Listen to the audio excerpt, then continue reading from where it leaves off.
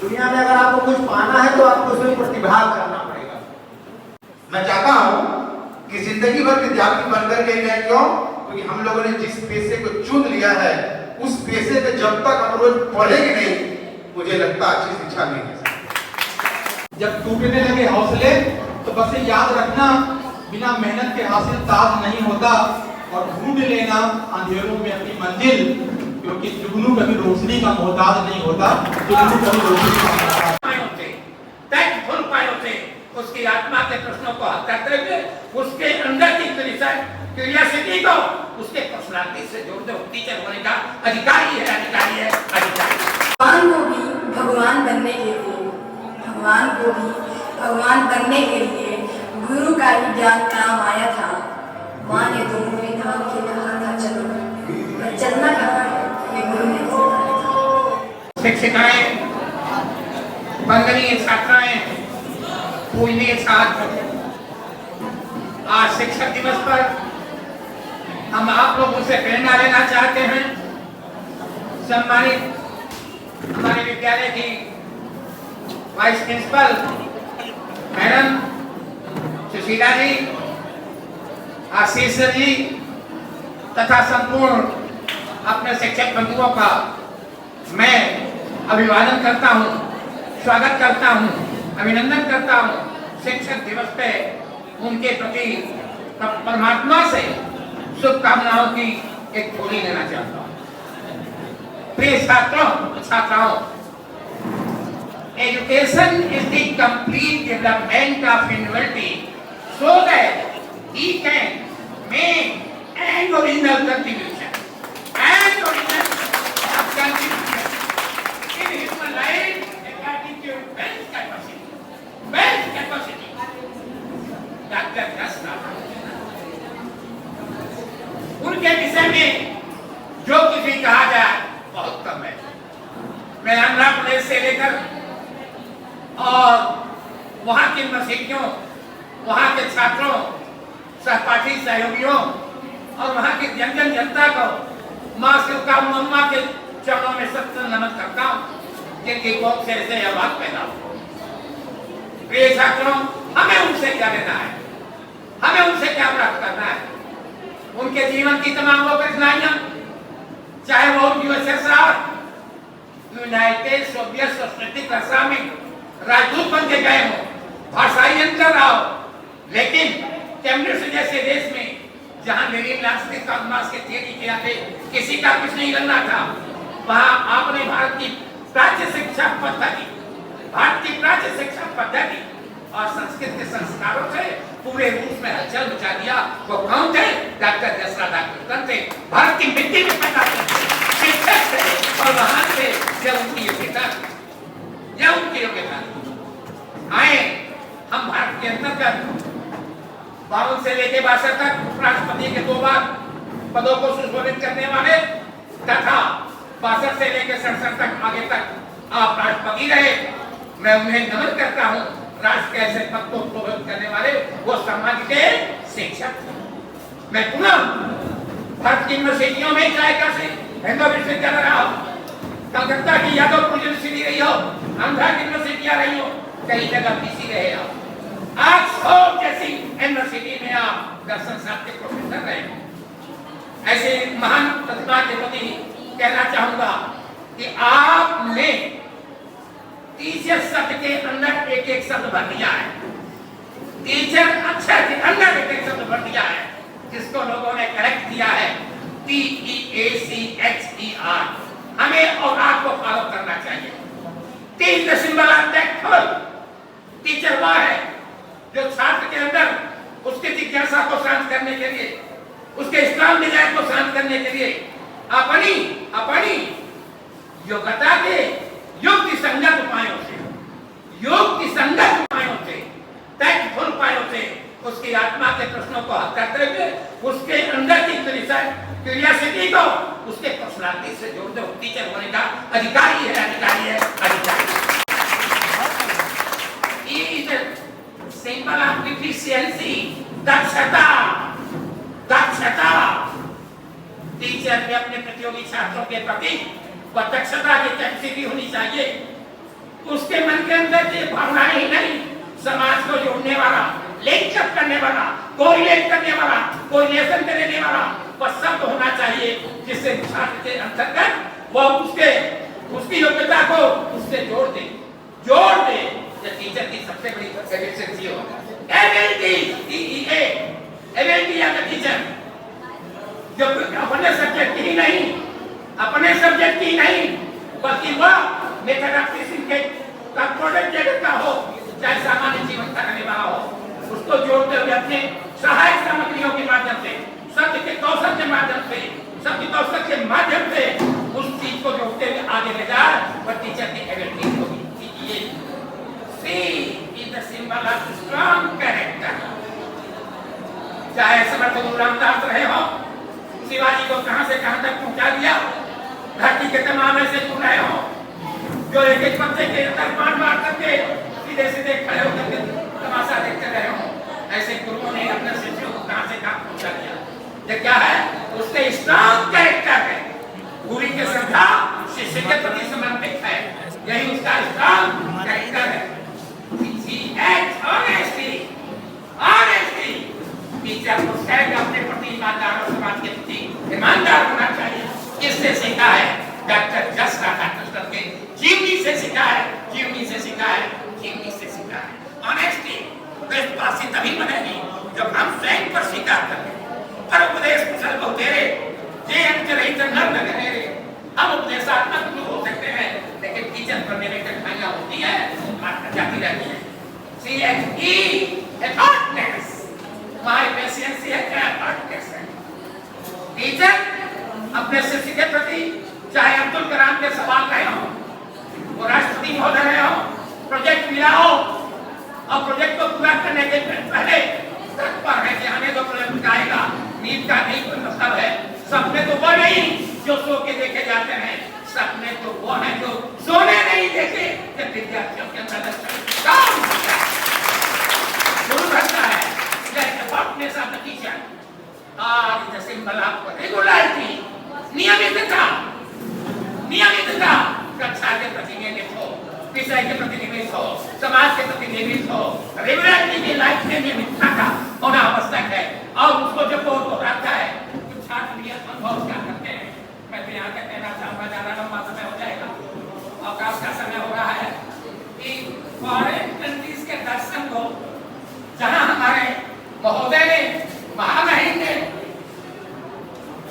एक बार के बाद को और ऊपर उठकर के आपने अद्वैत बात, नॉट वन अद्वैत, दर्शन का एक आधार दो नहीं है, नॉट वन अद्वैत, वो कहाँ आत्मा में विचार शरीर के अंतर्गत आत्मा ही बना है। उस आत्मा की एक शक्ति नहीं माया समाई हुई है, आपका दर्शन अद्वैत बात का दर्शन है। जब त्रिवेशी कहता है मेटाफिजिक्स, उसका दर्शन बोलता है मेटाफिजिक्स। मेटा माने परे, फिजिक्स माने भौतिकता, भौतिकता से परे उसका दर्शन हो सकता है, शरीर से दूर होगा, लेकिन आत्मा से लगाव नहीं रखता। इसलिए भारतीय दर्शन, भारतीय प्राच्यशिक्षा, भारतीय दर्शन के प्रकार की एक परिभाषा कर आपसे अलग होना चाहूंगा। Education should be man-making. Education should be man-making and society-making. Without this education poor and incomplete. अपने मित्रों के प्रति आभार व्यक्त करते हुए छात्र छात्राओं में आपके जीवन से आदर्श शिक्षा ग्रहण करने के लिए तथा हम वसीम सर, डॉक्टर आशीष सर तथा बहन जी के माध्यम से आप सबका आदर स्वागत करता हूँ कि प्रेम गुरुकुल का आज जीवन में, जैसा कि कल हमारे खाते मालिक ने, सहयोगी ने कहा कि छात्रों में स्नेह का ज्ञान जैसा आशीष सर हो रहे थे, क्या शिक्षा विद्यार्थी तक नहीं, एजुकेशन तक नहीं, ज्ञान के लिए शिक्षा, ज्ञान के लिए शिक्षा। इन्हीं ज्ञान बंधुओं से निवेदन होगा कि आप अपने सम्मान को कायम रखने के लिए आगे बढ़े। जय जय जय शिक्षा, जय शिक्षक, जय महाराज। Now I would like to invite Virendra Verma sir on the stage.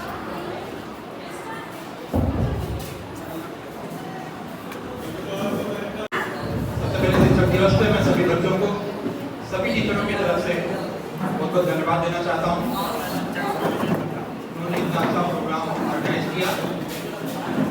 चंद लाइनें मैं सिर्फ कहना चाहूँगा, बहुत लंबा प्रोग्राम मैं नहीं करना चाहता हूँ क्योंकि समय बहुत कम है, बस इतनी बहुत कम बचे हुए हैं शायद। किसी ने चंद लाइनें कही हैं कि मंजिलें उन्हीं को मिलती हैं जिनके सपनों में जान होती है। मंजिलें उन्हीं को मिलती है जिनके सपनों में जान होती है और पंखों से कुछ नहीं होता है, हौसलों से उड़ान होती है। लेकिन अगर कभी आपके हौसले कहीं बीच में टूटते हैं या कमजोर पड़ जाते हैं तो मेरी चंद लाइनें याद रखिएगा सभी लोग कि जब टूटने लगे हौसले तो बस ये याद रखना, जब टूटने लगे हौसले तो बस ये याद रहना, बिना मेहनत के हासिल ताज नहीं होता। जब टूटने लगे हौसले तो बस ये याद रखना, बिना मेहनत के हासिल ताज नहीं होता। और ढूंढ लेना अंधेरों में अपनी मंजिल, क्योंकि जुगनू कभी रोशनी का मोहताज नहीं होता, जुगनू कभी रोशनी का मोहताज नहीं होता।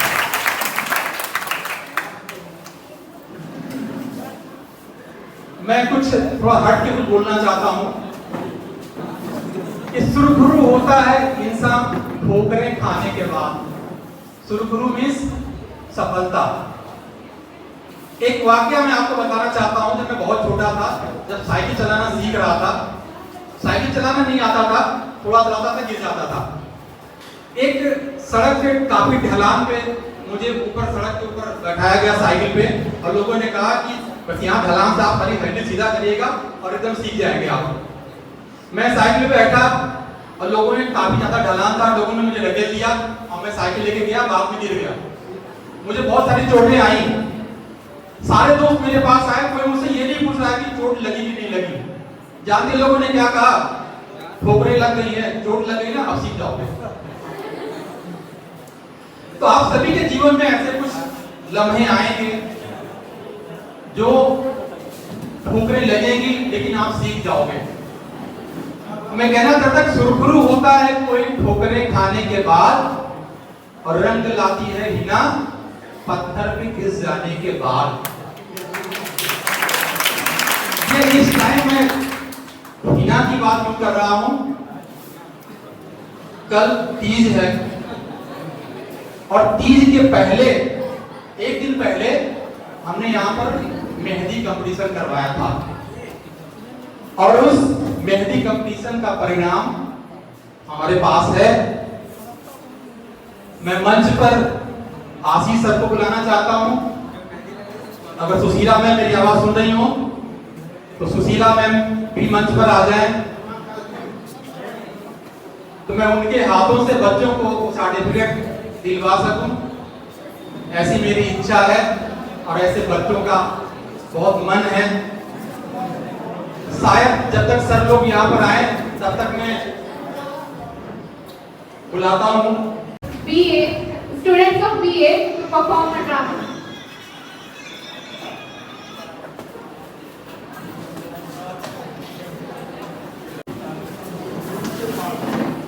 कंसोलेशन प्राइज के लिए अलिशा अंसारी।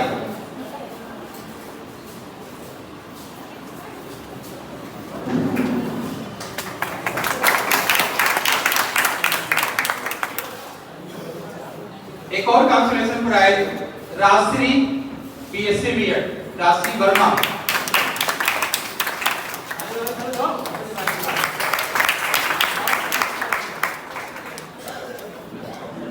आरती BSc first year. Aarti BSc AG।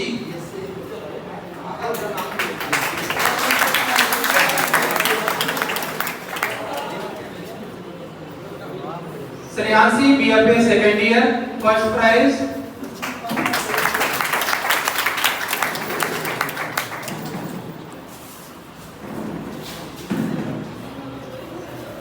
जिसे तन और मन दोनों स्वस्थ रहता है, ऐसा 21 जून को हम योगा दिवस मनाते हैं। उसमें भी एक कंपटीशन हुआ था, उसकी भी प्राइज हमारे पास है।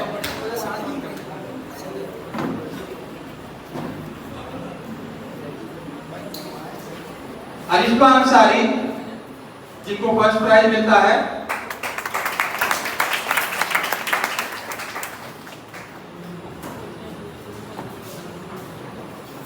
Sandeep Vishwakarma, Sandeep Vishwakarma, second prize.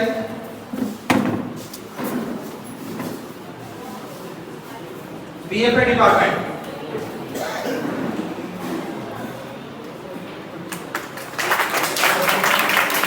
Shahabuddin,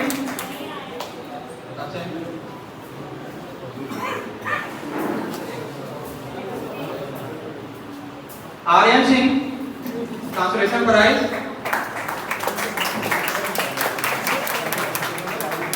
mehndi competition में एक नाम छूट गया है, थर्ड प्राइज के लिए कोमल सिंह, बीएफए डिपार्टमेंट की कोमल सिंह। नहीं है?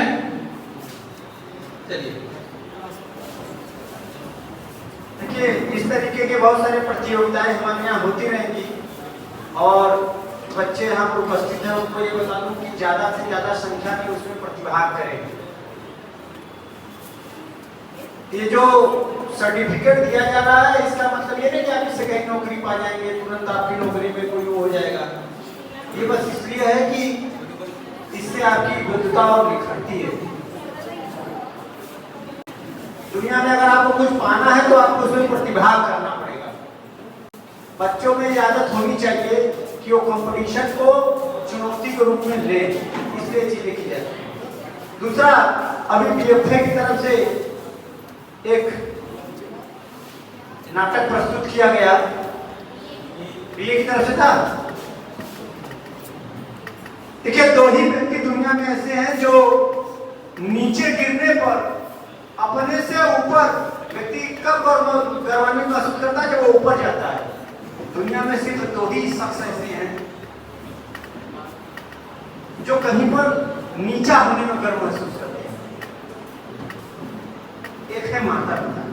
जब एक पुलिस वाला दीवान अपने बेटे को कमिश्नर, डीआईजी बनकर आते हुए देखता है और तब सलूट मारता है, तो उसे नहीं लगता कि मैं डीआईजी को सलूट मारूं।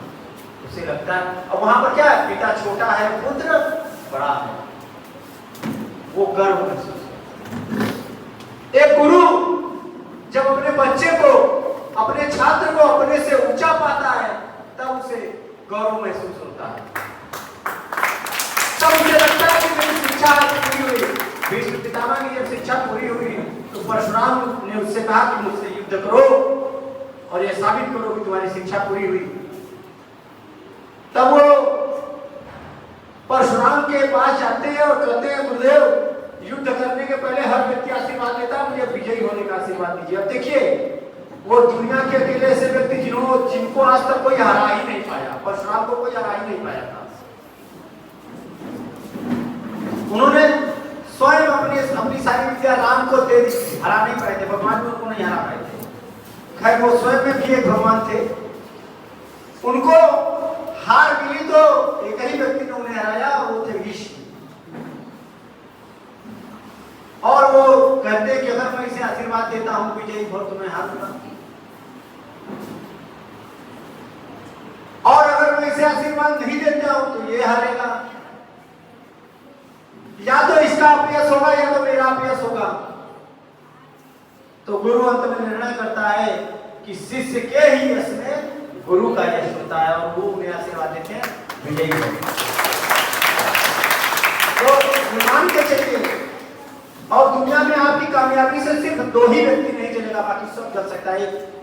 पति के विजय पर, प्रमोशन पर उसकी पत्नी को जलन हो सकती है, पुत्र को हो सकती है, पुत्री को हो सकती है, बहन को हो सकती है, भाई को हो सकती है, मित्र को हो सकती है।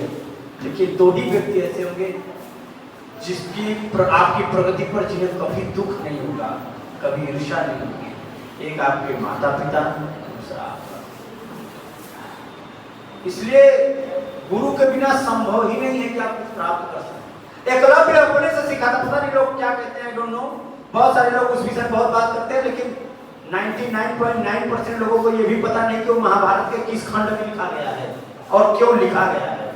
केवल ये कि द्रोणाचार्य ने उसका अंगूठा मांग लिया अर्जुन के लिए। लोग ये जानते भी नहीं कि क्यों मांग लिया था, ये जानते भी नहीं। यहाँ बैठे हुए किसी व्यक्ति को नहीं पता होगा शायद कोई एक व्यक्ति ऐसा हो जिसको बताओ कि महाभारत के वो किस खंड में लिखा गया और क्यों लिखा गया। तो गुरु का लक्ष्य क्या होता है? अपने शिष्य को चरम पर पहुंचा देना। द्रोणाचार्य का लक्ष्य था वो उन्होंने पहुंचा दिया। बस पहले गुरु होते थे, अब शिक्षक होते हैं। जब द्रोणाचार्य को यह हुआ कि वहां वो थे कि बचपन में उन्होंने बात की कि आधा राज्य जब तुम राजा बनोगे आधा राज्य मैं तुमसे ले लूंगा, तो बाद में बड़े हुए तो नहीं आधा राज्य नहीं मिलेगा। और उन्होंने द्रोणाचार्य ने अपना अपमान समझा और अपने शिष्यों को तैयार किया और कहा जाओ द्रुपद को ले आओ। और देखिए वो शिष्य बिना ये सोचे समझे जाते हैं, उनको पकड़ के ले आते हैं। इसलिए एक गुरु अपने शिष्य के सारे ये जो आ रहा है ना, ये देखिए पाश्चात्य शिक्षा है जो ले जाके छोड़ रहा है माता को वृद्धाश्रम में। ये कहाँ का शिक्षा है? किसकी शिक्षा है? ये वही शिक्षा जो हम पढ़ रहे हैं। और वो हमारी शिक्षा क्या थी कि हम 70 साल के हो जाएंगे और हमारी माता 98 साल की बिस्तर पर पड़ी है, तब फिर बाहर जाएंगे तो उसका पर्च होगा, उससे पूछेंगे, उसको बताएंगे कि मैं जा रहा हूं और 1 घंटे में आऊंगा। यही अंतर है और इसी अंतर को हमें समझना है। ऐसी शिक्षा के बीच में हमें उसे खो नहीं देना। यही अपने बच्चों को बताइए, यही अपने विद्यार्थियों को सिखाइए कि ये जो नैतिकता है, क्योंकि इस पाश्चात्य शिक्षा में इसका कोई महत्व नहीं है। मोरलिटी का विदेशी शिक्षा में कहीं कोई महत्व नहीं। वहां पर सिर्फ एक चीज है कि हमें चरम पर पहुंचना है। इसलिए वो सिर्फ भारतीय संस्कृति में है और उसे हमें खोने नहीं देना है। अपने बच्चों को हमेशा उसके प्रति जागृत रखना है और नैतिक।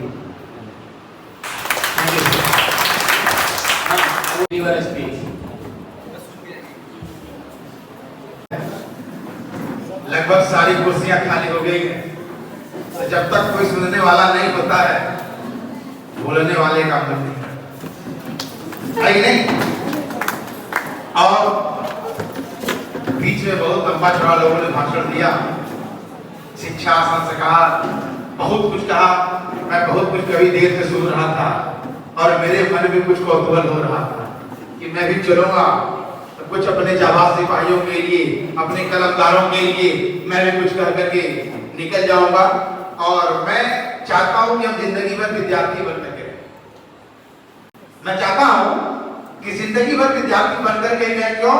क्योंकि हम लोगों ने जिस पेशे को चुन लिया है, उस पेशे में जब तक हम रोज पढ़ेंगे नहीं, मुझे लगता अच्छी शिक्षा नहीं है। जब तक हम डेली अपने आप को अपडेट नहीं रखेंगे, देश काल समय परिस्थिति के अनुसार सिलेबस डेली प्रतिदिन चेंज होते चले जा रहे हैं। और हम लोग पाश्चात्य कल्चर की बात करते हैं, कहने में बड़ा अच्छा लगता है कि पाश्चात्य कल्चर नहीं, और आज आप उसके बिना 1 सेकंड नहीं चल रहे हैं, केवल कहने की बात है कि we are going to adopt the Western cultures, but I am saying with 100% that we can't live without Western cultures now at a time. हमारे भारतीय सभ्यता में शायद कुर्ता पजामा धोती के सिवा और कुछ नहीं था क्या? बोले सभी लोग प्रबुद्ध वर्ग बैठे हुए था क्या?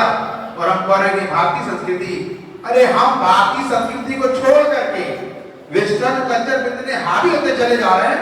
ये काम है उस बोर्ड में बैठे हुए सदस्यों का, जो सिलेबस को बैठ करके दिल्ली की पावन सरजमी, लखनऊ की पावन सरजमी से सिलेबस को बना करके विद्यालय महाविद्यालय को दे रहे हैं। क्या वो हमें जो दे रहे हैं उसमें हम क्या पढ़ रहे हैं? बहरहाल लंबा कथन है, मैं भी कहूंगा तो हरि अनंत हरि कथा अनुसार कहने में सुनने में बड़ा मजा आएगा। मैं विद्यार्थी होकर के अपने गुरुजनों से ये कह रहा हूँ कि ज्ञान गंगा की धारा, मैं विद्यार्थी हूँ, याद रखिएगा, बिंदु गुरुकुल कॉलेज का शिक्षक नहीं हूँ, मैं विद्यार्थी के फेवर से आपसे कह रहा हूँ कि ज्ञान गंगा की धारा सदा आप बहाते रहें, और जिसमें हम सब नहा करके तर जाएंगे और आइए बैठिए आईने की तरह। विद्यार्थी बोल रहा, नसीम सर नहीं बोल रहे हैं। आइए बैठिए आईने की तरह, आपको देखकर हम समझ जाएंगे, आपको देखकर हम समझ जाएंगे। और जहाँ तक शिक्षक की बात है, सबको पता है कि जो शिक्षक है सड़क के समान है। आज का जो शिक्षक है या हम लोग जो शिक्षक है सड़क के समान है, और इस सड़क पर बहुत लोग आते हैं और जाते हैं, और बहुत लोग अपने मंजिल को पा जाते हैं। बहुत लोग अच्छे इरादे से चल करके आते हैं और बहुत लोग बुरे इरादे से चल करके आते हैं। किसी ने कहा था कि मंजिलें उनको मिलती हैं जिनके सपनों में जान होता है, और पंखों से कुछ नहीं, हौसले से उड़ान होता है। मैं कह रहा हूँ कदम चूम लेती है थक के मंजिल, मुसाफिर अगर अपनी हिम्मत ना हारे, मुसाफिर अगर अपनी हिम्मत ना हारे। आपके इरादे मजबूत होने चाहिए। बहुत लंबे समय से लोग शिक्षा की बात कर रहे थे, और आज हमने जो पाया है, मैं अपनी बातों को अपने कलम के माध्यम से कह रहा हूँ कि उत्तम कुल में जन्म लेने से कोई महान नहीं होता। उत्तम कुल में जन्म लेने से कोई महान नहीं होता। लाखों करोड़ों की कमाई करने से कोई धनवान नहीं होता है। आज जरूरत है देश को, आज जरूरत है समाज को संयम, संस्कार और सेवा की। केवल कॉलेजों की डिग्री और डिप्लोमा से कोई महान नहीं होता, कोई महान नहीं होता। आज हम और आप इस कॉलेज में आते हैं, ऐसे बहुत सारे कॉलेज में आते हैं, और आने के बाद हमारा उद्देश्य क्या है? सिर्फ डिग्री का। और दुर्भाग्य दोस्तों, आज नौकरी के लिए हम सभी लोग पढ़ रहे हैं, ज्ञान के लिए नहीं पढ़ रहे। एक दौर था, हाल दौर में हम लोग जब पढ़ते थे तो हमारे पढ़ने का उद्देश्य था ज्ञान की प्राप्ति। यहाँ पर मेरी छात्राएं बैठी हुई हैं, सभी लोग बैठे हुए हैं। प्राचीन काल में जो शिक्षा का उद्देश्य था वो सिर्फ और सिर्फ ज्ञान की प्राप्ति, और आज शिक्षा का उद्देश्य आप समझ रहे हैं, सिर्फ और सिर्फ किसका प्राप्ति है? जीविकोपार्जन। आज कोई व्यक्ति बीटेक कर रहा है, कोई व्यक्ति दुनिया भर की डिग्री ले रहा है, उसके लेने के पीछे उसका बस एक ही उद्देश्य है, मुझे क्या मिल जाए? जीविकोपार्जन। और रही बात सम्मान की, शिक्षकों का कितना सम्मान होना चाहिए, कितना हो रहा है, कितना कल था, वो आपसे कुछ छिपा नहीं है। छिपा क्या? मंच से आकर के बोल देना हम आपके साथ हैं। साथ हैं कि नहीं? सब साथ चले गए, है ना? हम लोग बात कर रहे हैं प्रोग्राम में भाग लेने का। सुनिए मैं क्या कह रहा हूं, आजकल लोग प्रोग्राम में भाग नहीं ले रहे हैं, प्रोग्राम से ही भाग ले रहे हैं। प्रोग्राम में भाग नहीं ले रहा, प्रोग्राम से ही भाग ले रहा है। और मैं दिल की गहराइयों से महाविद्यालय के वेलफेयर डिपार्टमेंट के टीचर्स या अपने महाविद्यालय के सांस्कृतिक संकाय को तहे दिल से धन्यवाद देता हूं कि महाविद्यालय में जब ऐसे सिपाही हैं सदैव बंदूक चलाने के लिए तैयार है, जैसे भारतीय फौज बॉर्डर पे खड़े वाले जवान है, चाहे धूप, चाहे गर्मी हो, चाहे बरसात, वो सदैव क्या है? तैयार है लड़ने के लिए। तो धन्यवाद मैं फिर से दे रहा हूं वर्मा जी को। ये लोग महाविद्यालय में चाहे छोटा प्रोग्राम हो चाहे बड़ा प्रोग्राम हो, ये हमेशा लड़ने के लिए क्या है? तैयार है, यानी प्रोग्राम को कराने के लिए। और ऐसा लगता है कि इनके पास कुछ स्पेशल हुनर है कि नहीं? होना भी चाहिए, हुनरमंद की जरूरत है। माननीय मोदी जी का स्किल इंडिया है ना, तो बिना स्किल कोई जीने वाला नहीं है। अब रही बात, मैं अपनी बात में इसे विराम करना चाहता हूँ कि मैं अपने गुरु के लिए कहना चाहता हूँ, और ये इसको कोई अन्यथा में नहीं लेगा, क्योंकि जाती रही भावना जैसी, दिल देखी हरी मूरत कैसी। मैं कह रहा हूँ कि लोग रूप देखते हैं, हम दिल देखते हैं। श्रीवास्तव सर, लोग रूप देखते हैं, हम दिल देखते हैं, और लोग सपने देखते हैं और हम हकीकत देखते हैं। लोगों में हमारे में बस फर्क इतना है, आप दुनिया में हमको देखते हैं और हम आप में दुनिया देखते हैं। ये गुरु की देन है, ये हमारे गुरु जी का आशीर्वाद है कि हम सच में यहाँ खड़े होने के लायक नहीं थे, लेकिन धन्यवाद। मैं अपने गुरुजनों का अभी तक लंबा सफर है, एलकेजी से लेकर के हम लोग बहुत कुछ किए, अगर बहुत कुछ आगे सीखेंगे भी, और सीखने कोई उम्र नहीं होती है। बच्चों को सीखने की उम्र नहीं है, जब जागा तभी सवेरा। There is no age of learning. सीखने कोई उम्र नहीं होती है। हम कहीं भी किसी भी जगह सीख सकते हैं, लेकिन हमारे सीखने के इरादे होने चाहिए, सीखने के मंसूबे होने चाहिए। अगर हमारे इरादे नहीं है, हमें भूख नहीं लगी है, तो 56 प्रकार का भोजन रखा हुआ है, उसका कोई मतलब नहीं है। और जब भूख लगी है तभी भोजन का भी आनंद मिले। समय कम है तो बहुत कुछ आपको देखने को मिलता। शिक्षण एक बहुत ही महान पेशा है जो किसी व्यक्ति के चरित्र, क्षमता और भविष्य को आकार देता है। अगर लोग आपको एक अच्छे शिक्षक के रूप में याद रखते हैं तो आपके लिए इससे बड़ा सम्मान कोई नहीं है। Thank you. मैं बहुत ज्यादा तो नहीं बोलूंगा, लेकिन 2 चीज कहना चाहता हूं। शिक्षा शिक्षा शिक्षा सबसे अच्छी मित्र है। शिक्षा की शक्ति के आगे धन बल, बाहुबल, यौवन, सौंदर्य सब कमजोर है। शिक्षा की शक्ति के आगे सब कमजोर है। लेकिन जब हम बात करते हैं शिक्षक का कमियों को जानते हुए क्षमा कर शिखर तक पहुंचाने वाला अगर कोई है तो वह हमारा गुरु है, गुरु है, गुरु है, हमारा शिक्षक।